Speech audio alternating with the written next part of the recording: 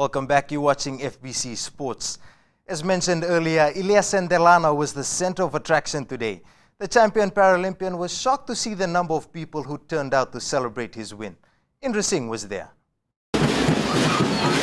It started with a march through downtown Suva as people braved the wet weather to catch a glimpse of Fiji's golden boy.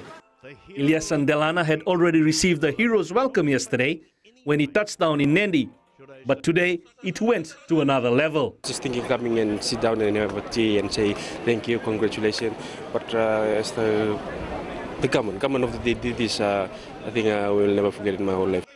By the time Delana arrived at Lodala, the Vodafone Arena was jam-packed, from young to old and all sectors of the community.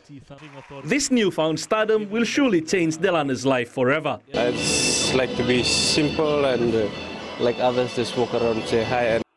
For now, it's time to soak up the accolades and the celebration before it all begins again for the 27-year-old. I love to play again and enter again the field for the next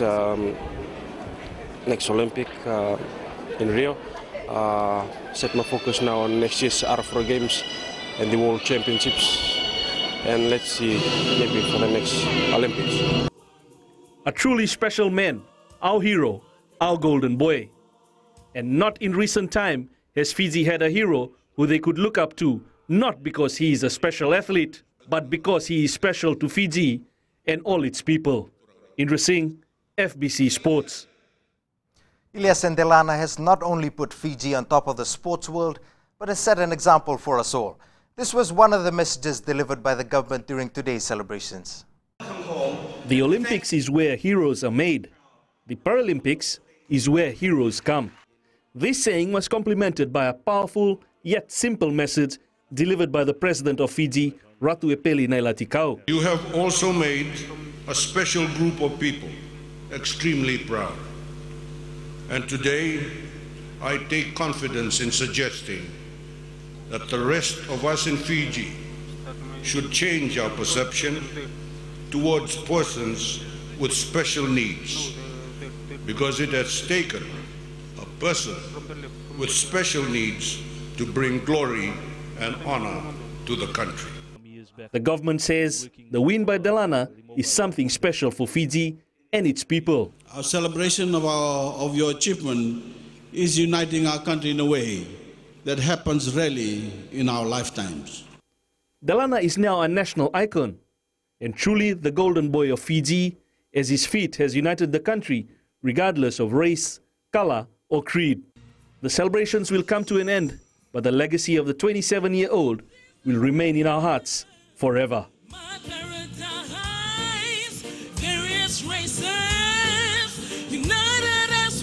Indra Singh, FBC Sports. The capital side will now be known as the Fiji Bitter Suva rugby team as Paradise Beverages increases their investment.